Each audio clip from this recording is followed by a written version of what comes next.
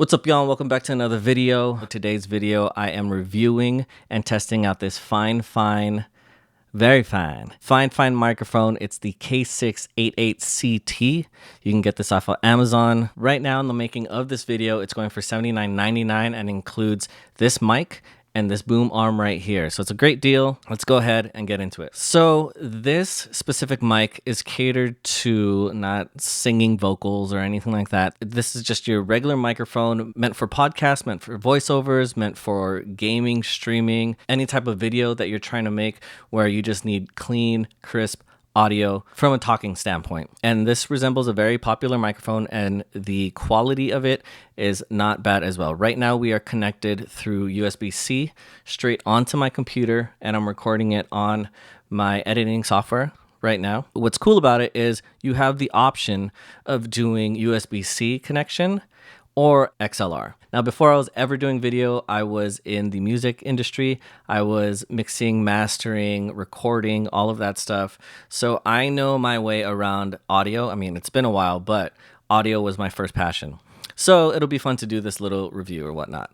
Now, I do have a microphone here. That's just backup because I don't know the quality of this yet, but everything in this video will be coming straight out of this microphone. What this also has on the back here is a headphone gain. So you can plug your headphones straight into this microphone and monitor what you are saying. And then there's a gain for the microphone here in the back as well. The only thing about that is that I can't see it, but on the flip side of that, pretty much you just set it and forget it, and then just memorize if the top one is for monitoring. That's pretty much the only one that you're going to be using, because while you're playing video games or while you're doing your podcasts or voiceovers or anything like that, that's the only thing you're going to have to adjust. Now, I will say that when I put this into my editing software, what you'll be hearing is a compressed version of it. I won't do any EQ so you can hear the quality, but I'm going to add some compression. And what the compression is going to do is it's going to pretty much make like this box, right? There's a floor and a ceiling. It's going to make the lower sounding waves higher a little bit. So it's going to increase the volume of it. And then the ones that are really loud, it's going to decrease the volume. So it's going to create like this little pocket. So it's pretty even. And that's all I'm going to do. I will say about this mic, it does come with a shock mount, which seems pretty sturdy. I don't know if you can hear any feedback from it, but from different ones that I've used, they're not attached to the microphone like this one is. This one I would say is very high quality for the price, but as long as you're not bumping into it, it's not going to move, right? And another cool feature about this is you have this mute button right here. It only works on the USB-C plug, so that's something to keep in mind. So I am just going to keep talking and talking and talking.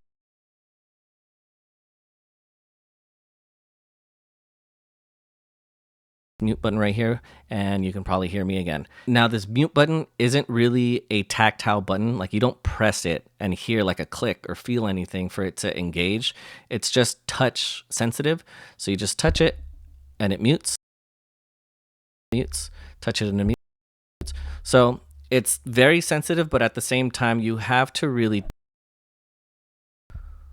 it's very touch sensitive. So even grazing through might activate the mute. So like if I'm just sliding, just sliding my finger through muted it. So just be careful of that. But honestly, if you're streaming and you're focused on whatever you're doing, you're probably not moving this too much. I don't know. I don't stream, so what do I know? Now that you have a good idea of how it sounds with the USB-C connection, I'm going to go ahead and change the connection to an XLR. So now we're on the XLR connection. I would think that this connection has better audio because the connection is a lot better. It's a lot stronger as well. But I wonder if it translates through, the video and stuff like that. So we will see. I've seen from other videos that it does make a difference. So we'll see. Now, with the XLR connection, you are losing the mute button access up here. You would just have to mute it through your mixer. So if you have a mixer that does have a mute button, you would be using that instead of using this. But I will mention this about the boom arm. It is on the budget side of things. And I say that because usually on the higher end ones, you'll have like a little passageway where you can put the cable through, and you can have a nice, cable management type of thing where you only see the cable coming out of the microphone.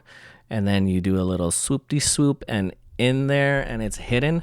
This unfortunately does not have one, but given the price point of it, it does make sense. The workaround is you can do like twists like I did here. So I twisted around the boom arm, or you can like tuck it into like these knobs here. So there's a knob up here, there's a knob in the corner. So then it's somewhat organized and not just dangling through. Other than that, the knobs on here are very good. But for $79.99, the mic and the boom arm, you're getting a killer deal. I will add too that since this is a dynamic microphone, you don't have to put phantom power on. So the little 48 volt button that you see on different mixers, you don't have to turn it on. You can just plug this right in and it'll work just fine. I'm just gonna demonstrate really quickly the positioning of the microphone. It's a directional microphone, so where it points is where it picks up the best audio. It's not omnidirectional, meaning it doesn't pick it up from all the sides. So this is right in front of the microphone. You can hear me loud and clear. I'm just gonna go to the side a little bit. So from the side, that's what it sounds like. And then when I come back around, you can hear me the best. So I didn't change the volume or anything like that. I'm just moving from side to side, and you can see where the best audio is. And I would recommend placing your mouth or your face or whatever about 3 to 6 inches from the microphone to give you the best sort of quality, because if you're too close, it'll sound very muffled and you'll probably peak just like this. And then if you stand too far back or sit too far back, you won't be able to hear anything. It'll just be, you know, you're across the room. You don't want that. But yeah, you can't go wrong for the quality and the money you're paying for this microphone and the boom arm setup. This is honestly a no-brainer if you are coming up in streaming, if you are doing voiceovers or anything like that. There really is no question why you wouldn't get this setup right here. On the next video, stay tuned, because I am going to pair this up with one of their mixers and see how that goes. I'm going to do a review on the mixer, but I'm going to use this mic. And also, now that you've made it this far, I am going to do a giveaway of this microphone and this boom arm. It could be yours. All you have to do, obviously you got to do some things, but all you have to do is subscribe to this channel, like this video, leave a comment, let me know what you're going to use this for. Head over to Instagram, give me a follow there, and send me a message. That's 5 things. I know that's a lot of things, but if you're on Instagram, at least I know how to message you and things like that. And yeah, I mean, I'm sure someone out there could use this.